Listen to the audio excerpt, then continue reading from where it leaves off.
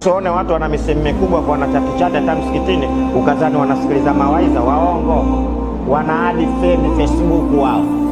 Watafuta watoto wazuri Facebook, wanaanza kutongoza. Mimi alimkuta shehe wangu mmoja, simtaji jina, na isti zake, tumeenda kutoa dawa Morogoro. Wakati wa kurudi mimi naendesha, sasa kwenye profile yake kaika picha ya mkewe miaka 20 mzuri. Vijana wameona ile picha, vijana wameingia mtandaoni, mambo mrembo. Shashafu huyu anaita mrembo vipi? Nikamwambia mwalimu, picha hiyo huyo kakolea na picha.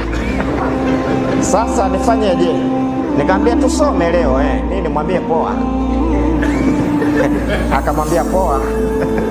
Dakika 5 message hivi, Mungu kashawahi kumpa mtoto mzuri kama wewe? Kaambia shashafu mtu anatukana. Kaambia vumilia tusome. Nikamwambia mwambie wewe unaonaje? Akamuuliza kwani wewe unaonaje? Kaambia wallahi wewe ni mzuri kushinda malaika. Nikamwambia mwambie asante. Akamwambia asante. Dakika 5 message, umeolewa? Angalia mtu alipotokea huko, umeolewa? Nikamwambia sasa maliza kesi. Mwambie mimi nimeolewa na mume wangu nampenda kweli kweli. Kaandika bwana, mimi nimeolewa na mume wangu nampenda kweli kweli. Jamaa likajibu hata nikiwa waziada hamna shida. Sasa kule malori tena mimi na simulizi, share na chati tu, mimi nakwenda share na chati. Tunakaribia Chalinze, namuuliza bwana mkubwa, mbona unipi mrejesho?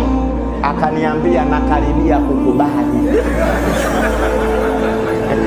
Nikamwambia futa, utakubali kweli? Vijana wanashinda shehe. Swali ni Mtume Muhammad.